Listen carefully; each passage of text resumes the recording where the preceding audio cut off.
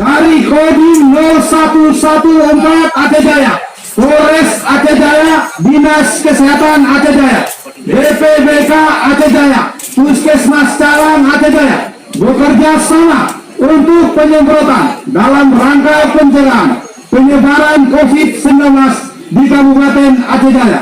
Demikian.